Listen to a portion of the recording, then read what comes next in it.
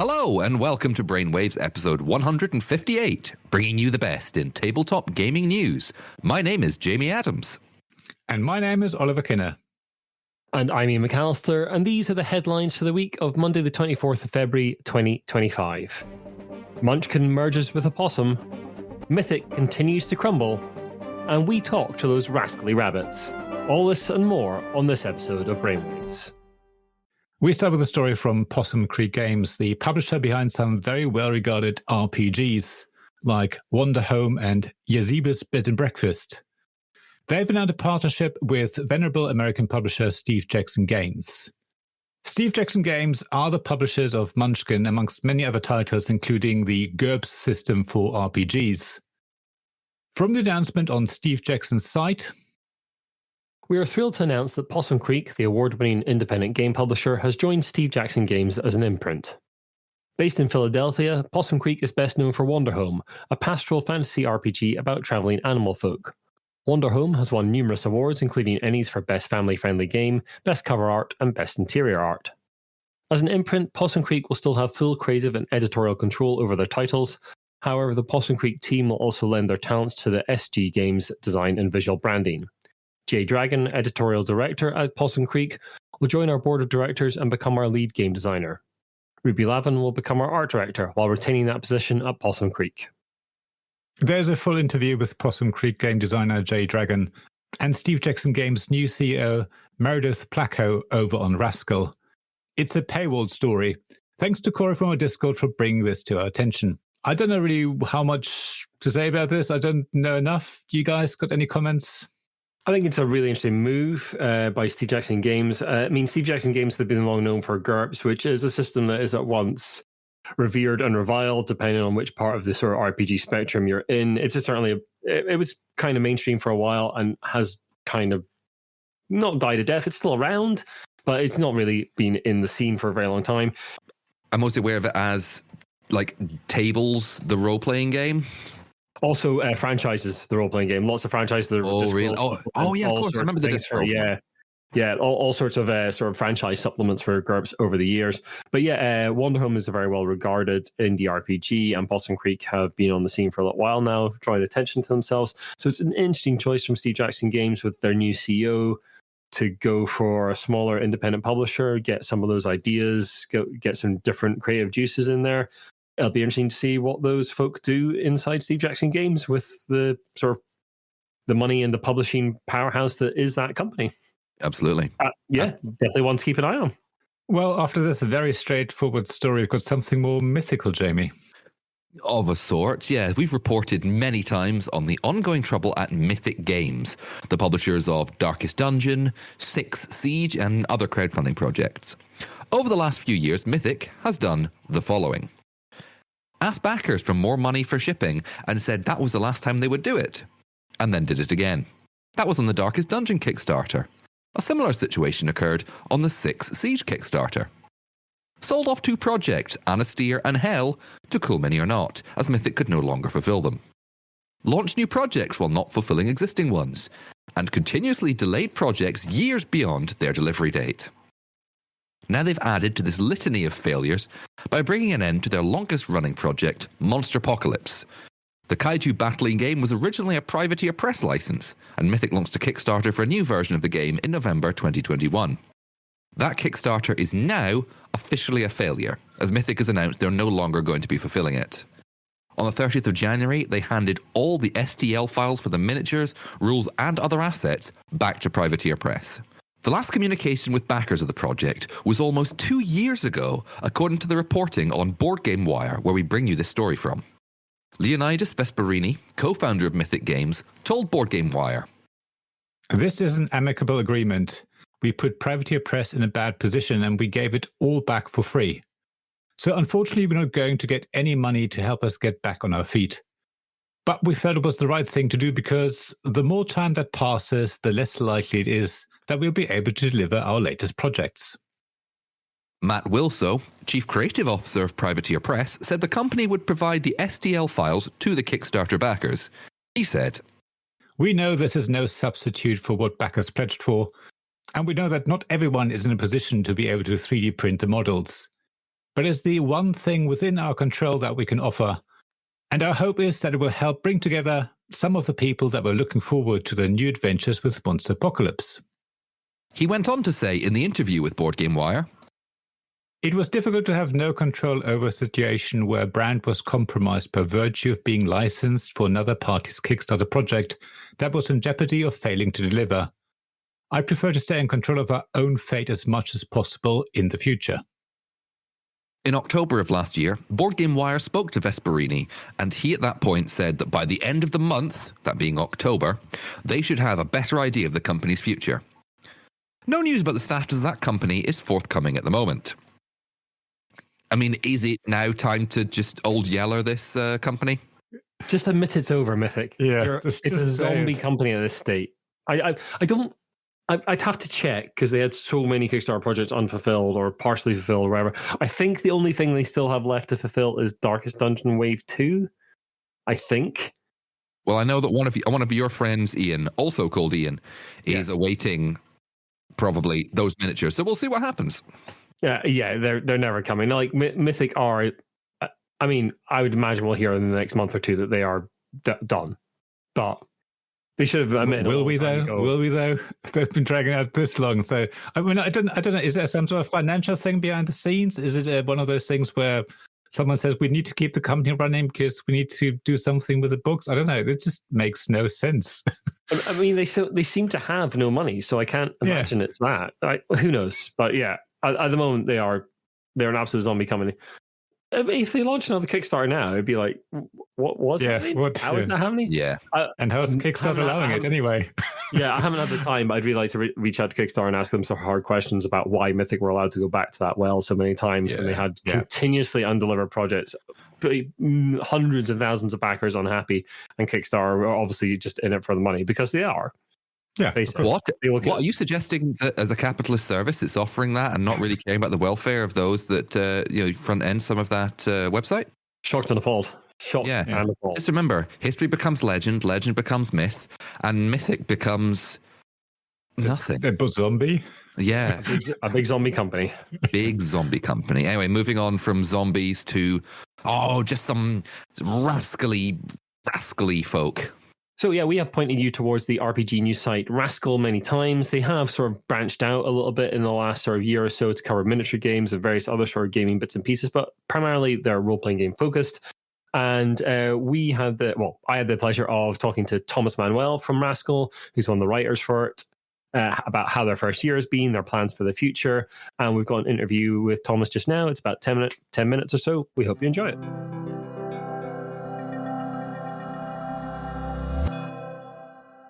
Rascal is a fantastic RPG journalism site and interview site that we have pointed you at many times, listeners, and I'm delighted to say that I'm joined by Thomas Manuel, who is one of the writers for Rascal. How are you doing, Thomas? I'm good, Ian. Thanks for having me over. So you're a sort of contributing writer to Rascal. How did you get involved in that? Yeah, so Rascal was started in Feb 2024 by three people. Lynn Codega, who is probably best known for sort of like breaking the OGL story, the fact that Hasbro were potentially going to renege on the OGL. Yeah. And Rowan Zioli and Chase Carter. Chase used to work for Dicebreaker, was quite well known in those circles. And they started in Feb. I joined in October. So Lynn basically halfway through that, sometime in between Feb and October, got this dream Hollywood job and had to disappear for a while. So that's when they were looking for people to step in, and I stepped in. And Rascal is basically worker-owned. So, there are four of us now. There's Rowan and Chase, like I mentioned before. There's me, and there's Kaylin Ellis, who's based in the UK. And so four of us are effectively worker owners. Lynn contributes whenever they can, but I basically got an email from them sometime near October because I've been writing in this space for maybe like 5 years now. I have a newsletter and a podcast, and the newsletter having existed for 5 years, having like something like 6,000 subscribers, and that's a number that either you go like, oh, okay, that's an acceptable number, fair enough, or you go like, wow, RPGs, that's a huge number, and that's fair enough, right? Like there is no to me on this on cast, yeah, that's a huge number as far as I'm concerned. Our listeners are in the hundreds, not thousands. No, so that's a big number. And my podcast listeners are in the hundreds as well, right? So like it is the scale of these things is hard to hard to fathom, but yeah. So yeah, I got invited into the team, and yeah, I've been writing since October, and it's been great. So how does that work? Do you sort of still pitch stuff to the Rascal team, or do you just sort of kind of write what you want? Have you got free reign, or is there sort of discussion about what gets put on the site? Yeah, since there's only 4 of us, there doesn't need to be a lot of standardized process in the way that you might imagine with a bigger newsroom. We meet at least once a week, usually twice. And the first meeting Monday morning is like a pitch meeting where everyone's going, hey, this is what I want to work on this week. And the sort of logic is nobody says no to an idea. Mostly there might be some sort of like, hey, consider this, why don't you do that also, or like think about this, things like that. But the sort of logic is that if you've got 4 people and they're doing the most exciting and the most interesting work that they can, as far as in their own eyes, that is going to find readers, right? Like it isn't that somebody in the room has a better insight into what people want than the writers. So yeah, if I want to write something, I write it, and if nobody wants to read it, I'll think about it then, right? Like, but so far that hasn't happened. Yeah, it's that sort of thing. I saw a great quote from Dan Thorough the other day, who's a writer I greatly admire, and I'm sure you're aware of in the board game space, who said, like, yeah, you give them what they need, not necessarily what they think they want. You're kind of writing down that line of like, here's the things we think you'll be interested in. Yeah. Basically, if I'm doing the most exciting thing that I possibly can, somebody's going to find that exciting, and we don't need 1 million people to do it. We need just enough people to do it so that we can exist, and that's great. Like, yeah. Yeah, so over your first little bit of time in there, I was looking through some of your work this morning and reminding myself of what you've written about. You've sort of written about the new wave coming out of Italy. You've written about Cold War influenced RPGs with a friend of mine, Malcolm Craig, and various other bits and pieces. What's been the sort of piece you've written so far for Rascal that you're sort of proudest of? So yeah, there is a kind of challenge in the kind of pieces that I would ideally like to be doing, like the story you mentioned about, hey, over the last 4 or 5 years, there've been this wave of really fantastic, high production value, really high polished games coming out of Italy. They're winning awards in the US and the NE Awards and things like that. And it's a reversal of a tradition of US games or rather English language games being translated into Italian and things like that, right? And it was an interesting trend. I was excited by it, so I wrote it. But I spoke to something like 7 people or maybe 10 people. I racked up like 7 hours of audio interviews. I had like email exchanges, and it just takes a lot of time. And that is the most interesting work. That is maybe the most valuable work, but it just takes time. So there's 2 kinds. There's those stories, the reported stories that tend to take they could take as long as long as I put into them, but I try to do something that's 3 or 4 weeks long. And then there are smaller stories which are like interviews or reviews of stories.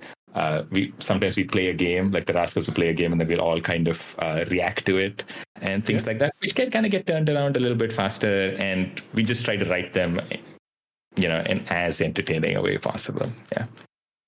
How has Rascal in general found its first year on the net? How have you been received? Are you happy with sort of like your readership and numbers and that kind of thing, and sort of the cultural awareness of you? Yeah, I think when Rascal was started, it was not clear at all that there was an audience for this. And in that first year, at least that question has been answered.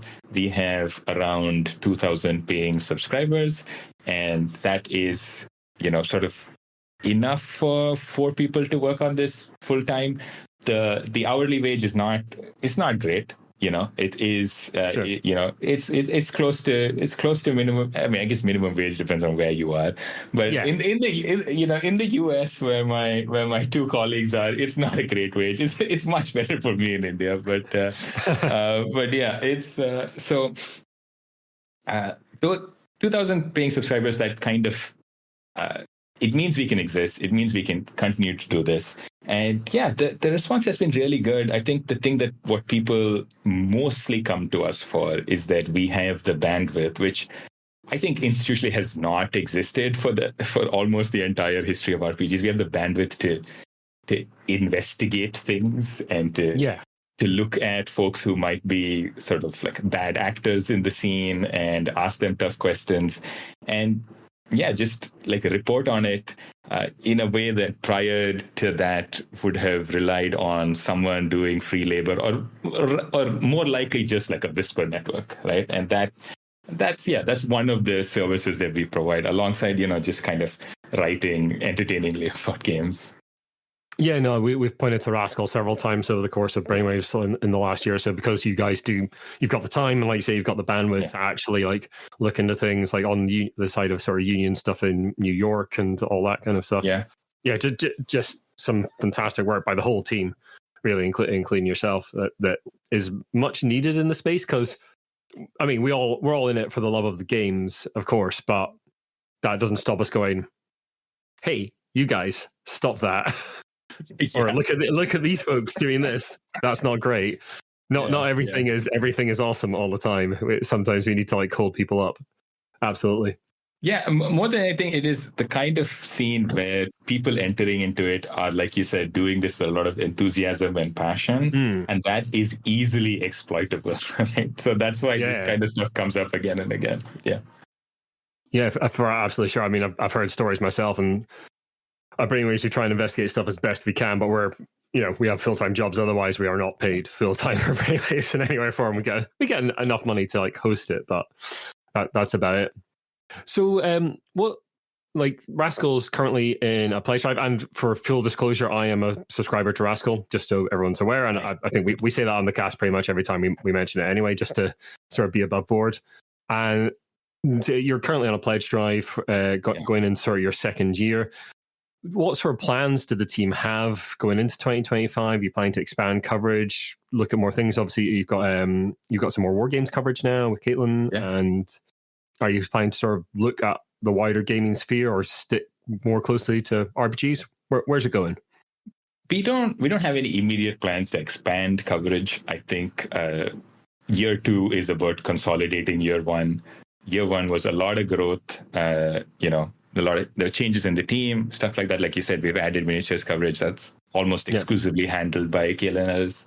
And I think our big thing is we'd like to pay ourselves like a better wage. Like that is the single biggest thing. And we kind of say this to people, right? And this is the nice thing about how journalism has changed, especially in the US, that the sort of conversation you can have with potential readers is like, hey, like it would be great if this existed and people are willing to support you just based on that, right? No expansion and coverage, but what we want to do is more of this, more reported stories that take, like I said, take a bunch of time to do, more reviews. We're thinking about columnists as a way of basically having people be a part of the team, but not necessarily have to be full-time, because I'm not sure that we could support like a 5th person. But so we're thinking about columnists come in one story a month. It is stable, it is regular, and they get the platform we've built also to some extent. So that's kind of what we're thinking as a way to expand going forward. Nothing else particularly. Are there any particular stories you're looking into right now that you're looking forward to covering? I tend to have 2 or 3 stories going on at any time, at any one moment in time. Right now, a really cool thing that I'm working on is I'm reporting a story about Call of Cthulhu in Korea. So basically, there's a really interesting thing. I mean, people tend to know that it's very popular there in Korea and Japan and places like that. But in Korea specifically, there was this moment in 2016 where there was a rise of sort of like anti-feminist politics, right? Like there was this sort of like young men, like generally across the world, sort of being like radicalized into anger, and one of their targets was women in the tabletop space. And the publisher of Call of Cthulhu came out sort of very visibly, very vocally, like a pro-feminist, telling the harassers and trolls that if they wanted to cancel their orders or whatever, they could. And it ended up doing something really interesting where now the tabletop gaming space in Korea is generally considered a safe space for women, but also has way more women in it than you would expect. Like it might be majority women, right? Wow, and okay. that's really cool. Like it's not a thing that's true anywhere else in the world. Yeah, it's unfortunately unusual. Yeah. Yeah, exactly. So it's an interesting story. I think it comes primarily out of just like one or two publishers just standing up for their own politics. Yeah. Yeah, that's sort of the way different cultures approach tabletop gaming and the way it involves, like you say, like Japan, the number one RPG is not Dungeons and Dragons, it's Call of Cthulhu for, I'm sure, historical reasons if you could dig into it. I have no idea exactly why, but yeah, it is the case. It's been a question in one of the Tabletop Scotland pub quizzes that we've run before now, because yeah, it's like, oh, fun fact, fun fact, by the way, yeah. I was reading your sort of like hopes for 2025. You all did a little piece on like sort of like looking forward into 2025, and I realized that you have not played Agon or Deathmatch Island or any of the Paragon systems. Fantastic games. I hope you get a chance to. They're absolutely great. Oh, nice. Yeah. You played it. What do you think about it? Yeah, I've run 2 full Agon campaigns and I've played in 1. I think it's great. I really, really like Agon. I mean, there's some little tweaks and things like that I might make to like a 3rd edition, because that's the 2nd edition. That's the one that's out just now. Do you like it better than Blades in the Dark? It's the game I'm kind of running the most of, or have run the most of in the last year. So Blades was the game that sort of like really turned me on to sort of like the sort of modern indie RPG scene, because I was aware of the sort of Forge stuff because I was kind of involved in that back in the day. So like the sort of first sort of flush of like indie RPG, hey, things don't need to be Dungeons and Dragons, the system does matter, all that kind of chat back then. Yeah. But yeah, Blades was the first game that in the modern sort of oeuvre, if you want to call it that sort of made me go, ooh, a thing. Yeah. And it's heists and stuff, and I like that kind of thing. But I've played a game of it with some friends in lockdown and was just blown away about it and wrote about it and then ran it as well. And it's just really, really solid. Just a really solid game. It just excited. Yeah. It's all Greek heroes and tragedy and exactly what you want from that kind of story. It's great. And Deathmatch Island's fantastic as well. Yeah, I back that. I back that for Evil Hat and Tim Denny. Odyssey Aquatica is worth checking out as well, which is a very light Agon hack about being sort of aquatic life of Stizazu underwater explorers kind of thing. In between sessions, you write academic journals that can be used in play and stuff. That I do recommend Odyssey Aquatica. That's really good fun as well. Nothing about the life aquatic of Steve Zissou screams out game to me, but that's no. Me neither, but it actually kind of works. It's really strange. Cool. Well, I'll not take up too much more of your time, Thomas. Where can folk find you, find Rascal online if they want to sort of read your work? Yeah, head to rascal.news. That's our site. Check out our. We have 3 tiers for subscription. Check them out. If you want to just see the articles that we publish for free, like outside the paywall, there is a free tier. You can get our emails and then you'll see what articles there are. Yeah, but check out Rascal. We'd love to have you. And because we're reader supported, we do listen to feedback a lot. So you get to influence what we write about by just writing us kind of polite, frank emails. We're happy to read them. And so come on over. Excellent. Okay, well, thanks very much for your time, Thomas. Really appreciate you coming on. Thank you, Ian.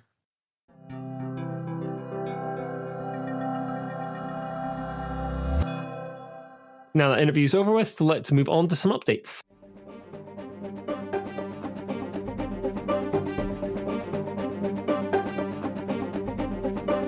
In the last cast, we let you know that online board game platform Board Game Arena was holding its own awards.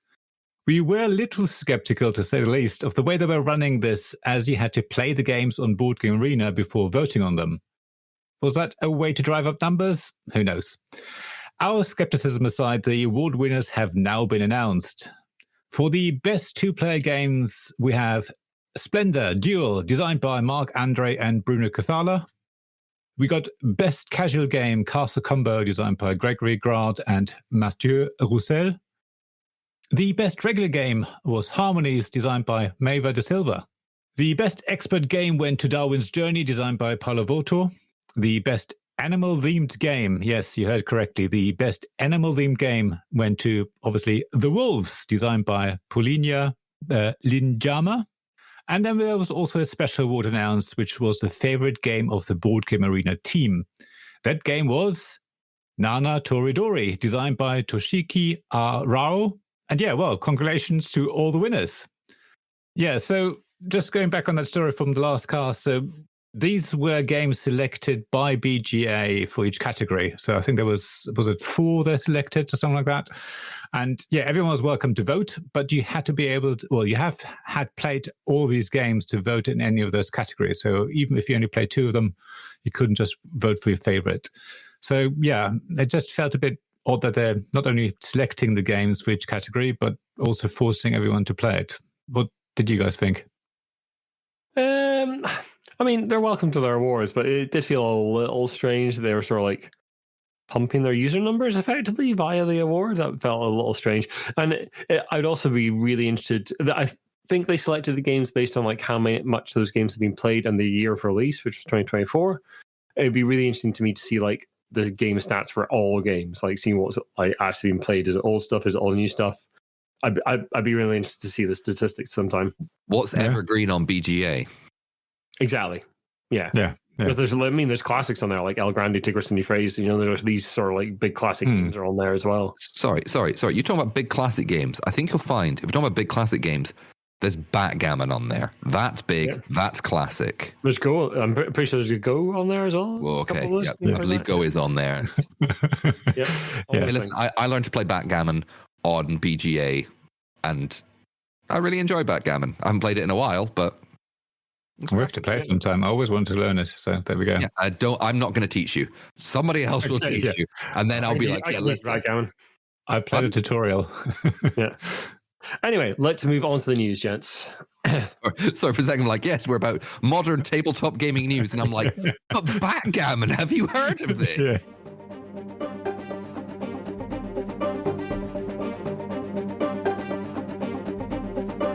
Speaking with the American entertainment and board game news website Polygon, Gamefound, the Poland-based crowdfunding platform, has announced that in 2024, it hosted 6 of the top 10 tabletop game campaigns across all 3 major crowdfunding platforms, being Kickstarter, BackerKit, and Gamefound. The top campaign, the Cosmere role-playing game from Brotherwise Games, achieved $15.1 million of funding on Kickstarter, while the second and third highest earning campaigns, Cyberpunk 2077 the board game from Go On Board, and Lands of Evershade from Awakened Realms, ran on Gamefound and earned around $7 million each. Gamefound finished 2024 with $85 million raised in funding, which is less than half of Kickstarter's reported $220 million, but it represents a nearly 52% increase over the previous year. Now, Gamefound clients appear to be more well-established board game publishers rather than individual creators. Gamefound has had far fewer successfully funded campaigns compared to Kickstarter in 2024, just 215 compared to 5,320, but the average amount of funding reached per campaign was much larger. That's $395,349 for Gamefound compared to Kickstarter's paltry $41,400. In an email to Polygon, Marcin Świerkot, founder of Gamefound, had this to say. From my perspective, it was a good step, and it comes down to one of the key reasons for Gamefound's creation. Today, there are a lot of big, serious companies using crowdfunding. And if you're running a big business and hiring a lot of people, you need stability and reliable partnerships. This was one of the reasons we started Gamefound, to have a very high-level professional approach to crowdfunding. I mean, I think it is good. Gamefound doing so well and basically putting pressure on Kickstarter because, I mean, I know it's probably not going to make the edit, but I made a slip up when I said far fewer successfully funded Kickstarter campaigns. because for a while that's basically become the shorthand for crowdfunding. Yeah. It was a monopoly, a linguistic monopoly in many regards. Yeah, no, it's good to see you have a bit of a competitor there. And Gamefound, seems to be going from strengths to strengths. There were a couple of things I think we weren't quite sure what they were doing, but overall successful. And let's put some fire behind Kickstarter to make sure the market is competing. Just worth reminding our listeners that Awaken Realms own Gamefound. So any sort of Awaken Realms projects that are on Gamefound are sort of like the snake eating itself a little bit in terms of like them saying that's look at what we're doing and how we're going about doing things. So just be aware that is the case. But it is good to see a sort of rival platform, especially with Kickstarter allowing things like the Mythic debacle that we discussed earlier in the cast, and hopefully places like Gamefound might not do that kind of thing, but we'll see in the future as they grow. They might be tempted to do so. Didn't Gamefound start as basically like a back end, like a pledge manager kind of? Yeah, basically. It started as a back end to Kickstarter project, so as did Backer Kit, and then it became like its own crowdfunding platform. And it started to support Awaken Realms campaign specifically as well. I think that was the other part of it. But it is a separate company, I think, now officially. Yeah. But I don't know who controls what or what the board of directors looks like and all that. But still being aware of the connection. Just it's interesting to see that spin-off. And of course, Kickstarter being so many different things. And Gamefound is primarily, I think it's solely focused on tabletop games. Yes, it is. I think so, yeah. There you go. So there you go. And when they announced they were becoming a crowdfunding thing, I know we covered it and they had some pretty high, pretty big names kind of kicking things off. Yeah. And Co-Mini are not. Co-Mini are not swapped to them exclusively. Yeah, which is why they have such a high sort of average project money. But I think that average project thing is kind of meaningless because they have fewer projects but bigger people. So I don't really few successful ones, but those successful ones are doing well. I think that's what we're saying. Exactly. Yeah, it doesn't matter. Anyway. Moving on from Gamefound to another big company that's quite popular, and despite popularity, some cancellations, and I think trade is going to be involved, isn't it? Yeah. Sort of from Gamefound to you won't find these games anywhere really. No, I've got it. Right. Touch to me. Moving on from Gamefound to games lost and maybe found. Ian. Hey. Splotter is a Dutch board game publisher that creates board and card games that are fairly famous for their sort of drab look but extremely interesting mechanics, such as Fuche Magnet and Horseless Carriage. It is announced in a Facebook post that their US distributor, GTS Distribution, have cancelled their order for Splotter's latest game, Indonesia. Splotter has attributed the cancellation to the unclear situation regarding import duties imposed by the Trump administration in the United States.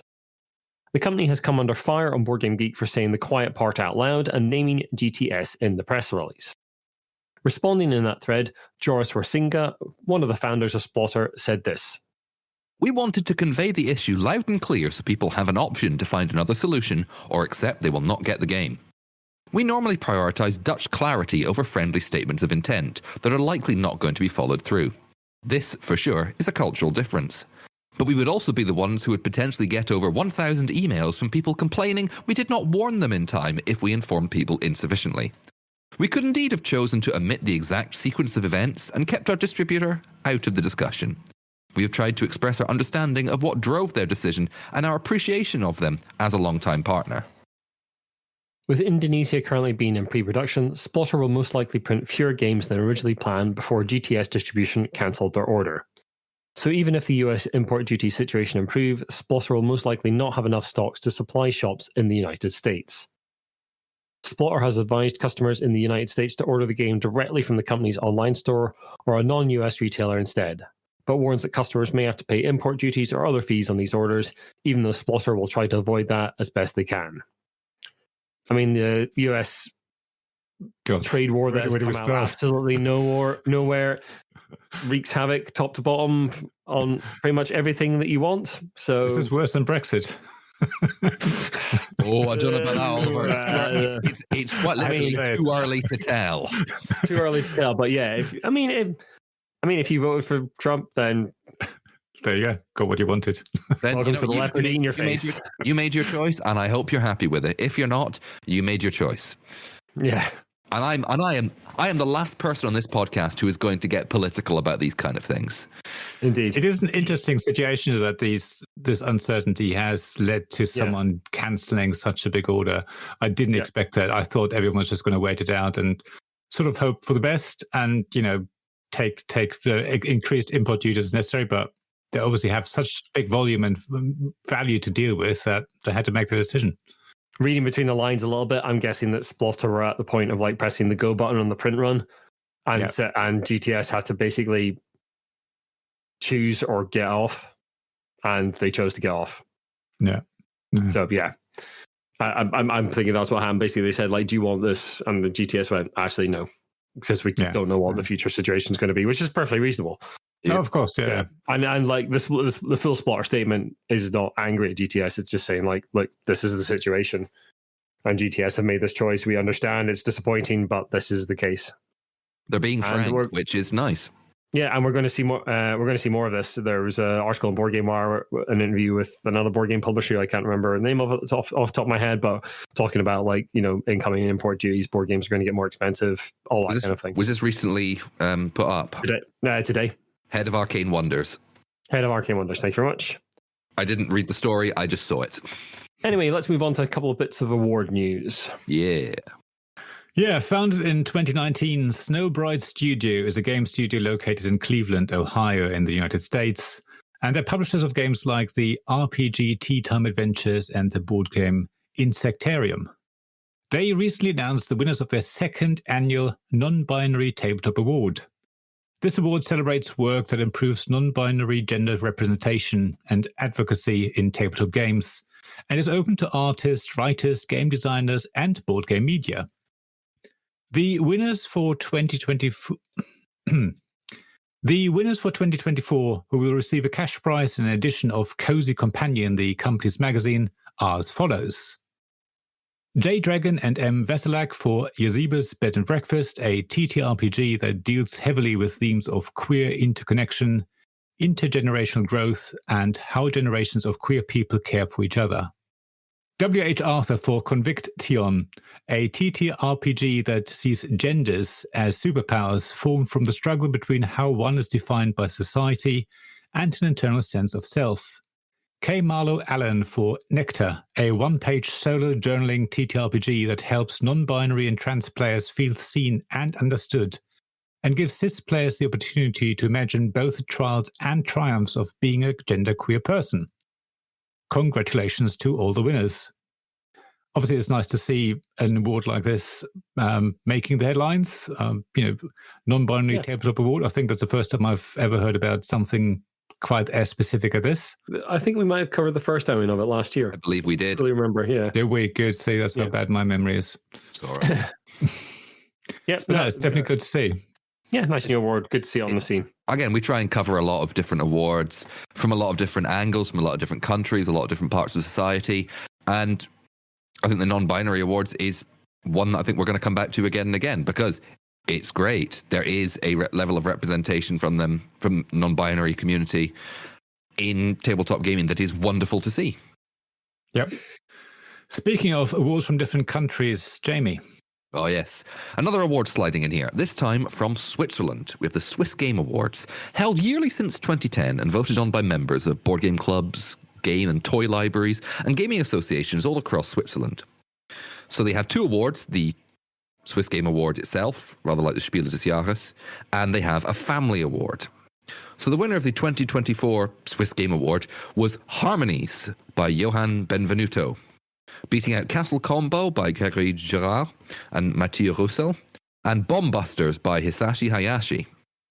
Now for the family award, Captain Flip by Remo Contadori and Paolo Mori won, and they beat out Odin by Johan Go, Hope S. Huang and Gary Kim, and Castle Combo. Well done to all the nominees and all the winners. Interesting to see Castle Combo in both categories there. Beaten in both categories. It might be one of those awards where you just submit games to wherever you think they might win the award, and they just decide to submit it in both. And again, I completely get that. It's not really something I think I personally have seen in a lot of other awards, even for the nominees. Wait a minute. I'm just double checking the awards. Okay, so Very quickly, I assume none of us have played any of the non-binary Tabletop Award winners. Nope. Cool. And I know for a fact that at least Ian and I have played Castle Combo. Yes. Oliver, have you played any of the games that won Swiss Nope. Gaming Awards? Or even the nominees? Nope. Cool. That's fine. Apparently Harmonies is hang very on. nice. No, Odin I've played. Yes, sorry. Oh, there you go. There you go. I think in the last cast we mentioned Odin. I said I hadn't played it, but I had. So, yes. I think Harmonies is on BGA if you want to try it out. I might try it at some point, yeah. There we go. We are there you go, listeners. We are slowly breaking the stereotype of us talking about these games and not having played them at all. We've played 2 of those games between the 3 of us. It shows you how varied these awards are. Doesn't mean that we like the games that get awards. That's Not fine. You know? Yeah. It's just, sometimes why rewrite a hit? Have we played this game? No. But now we have. Moving on from Switzerland to France. Yeah, Switzerland to France with news from Haba. Last year, we reported on the near collapse and eventual resurrection of Haba, the German board game manufacturer of numerous children's games, some of which have won prestigious awards. At the time, Haba was cutting the size of the company in order to restructure, and the French publishing arm was one of the parts to go. Now, Haba has engaged the services of Asmodee France to help it with distribution. Corinne Deruder, director of Asmodee France, said this. We are delighted to have Haba on our side as a strong partner that stands for innovative and high-quality board games. With our sales and market knowledge in France, we will be able to make the most of the growth potential together. Stefan Müller, director of Haba and production, said this. France is an important market for us. By working together with Asmodee, we can significantly increase our presence and reach new target groups. We are convinced that this partnership will drive our joint success forward. I mean, it's good to see Haba bounce back. It's a shame that a lot of folk have had to lose their jobs in order for that to happen.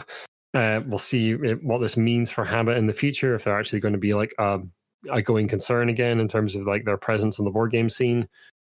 I don't know. What do you guys think about this one? I mean, I'm very glad to see Haba doing some more stuff because my favorite game for under £10 is Rhino Hero. So yeah, it's great. Brilliant. Yeah, obviously sees that they want to work with partners to help with distribution, all that sort of stuff. So it makes sense. Cutting back in some areas obviously is hard when people lose jobs, but finding partners allows the company to carry on. And just to clarify, I've been working for Asmodee in the past, just for clarity. Not that it affects this story, but you never know. So yeah, great to see. Hopefully we'll hear some more from Haba. So let's move on and dig deep for our next story. Hey! Brainwaves garden time again. We've got news from the world of archaeological ludology. A team of archaeologists excavating Hadrianopolis, a site in Turkey near to the city of Eskipazar, have unearthed a number of tokens that are thought to be part of a board game played by Roman soldiers over 1,500 years ago. The 2 tokens, made of bone, have individual markings, one of a 4-armed cross, the other an 8-pointed cross, which academics suggest may indicate differing values of strategic purposes for each token in the game, and have been dated to the 5th century CE. But the question remains, what games are these from? The most common theory is Ludus Latrunculorum or Ludus Latrunculi, the game of mercenaries, which was a very popular Roman game derived from the ancient Greek game Peteia. Unfortunately, the rules for Ludus Latrunculorum have been lost to time and history. Another suggested game is Duodecim Scripta, a game with a lot of similarities to backgammon, which we mentioned earlier. The discovery of these pieces is really exciting for the team, says Ersin Selikbas, an archaeologist who leads excavations and works at Karabukh University. The discovery of strategy games in Hadrianopolis further solidifies the presence of a military unit here, as it is known that bone pieces were used to play ancient strategy games. I always love it when they have these discoveries and trying to piece together what these pieces were used for. Yeah. I do hope they'll find out what they're for. Probably, I don't know whether they ever will. I don't know whether there's enough information available, but I guess Roman times, a lot of stuff was documented, so we never know. Yeah, the issue is that a lot of this like the pieces will survive, but the paper does not. So, like the rules, that kind of thing, tend to be lost to history. The rules for the Royal Game of Ur were on like a piece of tablet that was sort of interpreted years later as to being the actual rules for it, because no one knew what it meant otherwise, and they sort of married it up with the board game. And I believe like- Senet, the famous Egyptian Yeah. board game as well, doesn't have rules that we know of for it. We know what the board is, we know the pieces, but we're formulating and rules. pictures of people playing it and sort of formulated ideas that way. Yeah. Ian, didn't you review Ludus Latrunculorum? I did. Masters Traditional Games sent me a bunch of their games, which some of which are like basically ancient games interpreted for with some rules and that kind of thing. It's a sort of like in their interpretation of it, it's a kind of drafts-like kind of thing. Did we play it? We did. Yeah. Yeah. Oh, I've just remembered that actually we both played it, and I think I went, it's fine. Yeah, it's fine. Yeah. Yeah. It's a game. It's exactly the best thing you can say. It is definitely a game. Yeah, but games have been around for almost as long as human history. So yeah, it's always interesting when these bits and pieces get dug up. That's where my brain is. I was about to say maybe even longer, and then I went, that's not possible, Jamie. Behave. Yes.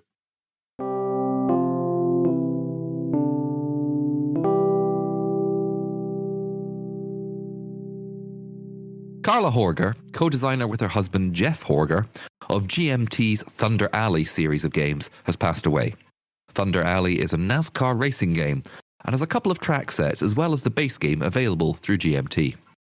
If you'd like to contribute to a fund to help her husband with the expenses around her passing, then you can go to the GoFundMe link that we're going to put in the show notes.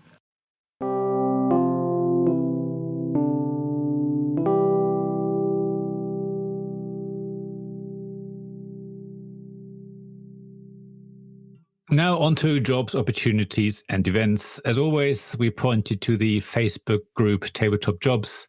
Have a look there. There's lots of job offers there, UK, US, I think other parts of Europe as well. But yeah, have a look around there. Always something of interest. We also want to talk about the German Young Game Designers Scholarship, which is open for applications once again. The scholarship was created in 1995 by Friedhelm Merz. Merz is the founder of the company now known as the Merz Verlag, which runs the biggest international board game event, Spielmesse. Merz is also the founder of German board game magazine Spielbox, which he started in 1981.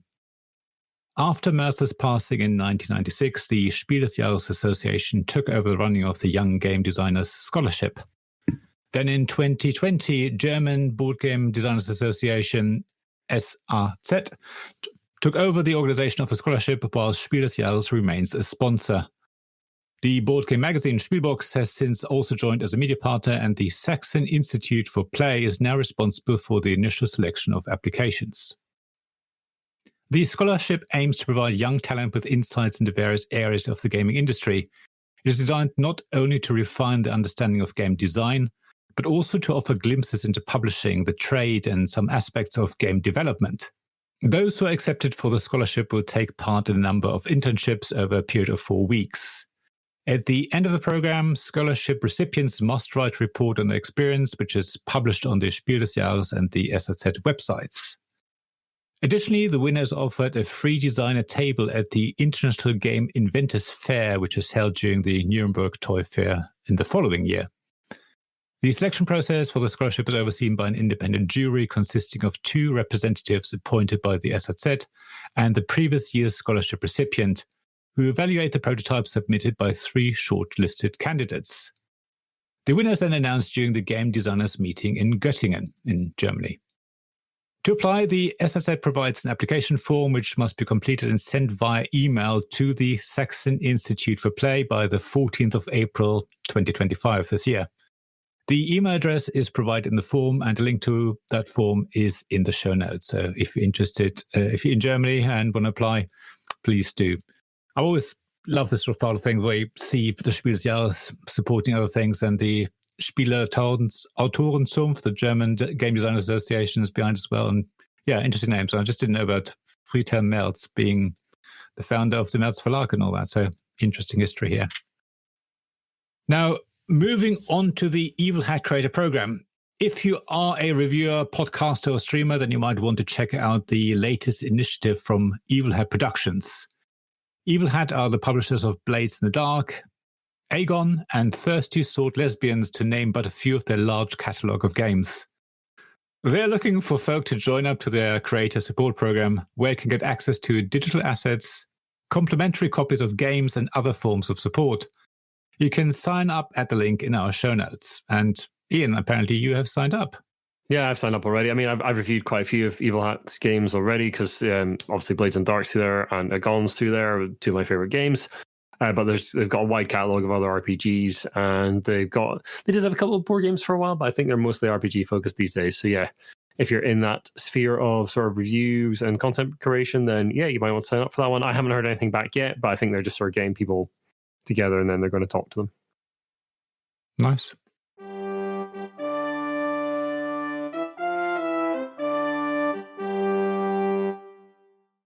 We'd just like to take a little moment to thank our patrons for their continued support, especially our executive producers, Kevin Bertram from Fort Circle Games, James Naylor from Naylor Games, and Shaun Newman from the Gameloft team. Thank you so much for continued support at the executive level. And you can join them for just $1 a month. That really helps us keep the lights on, keeps the cast running, and allows us to host the podcast and site. There are various other ways to support us on the site that you can find through our support page, and we'll put links to all those in the show notes.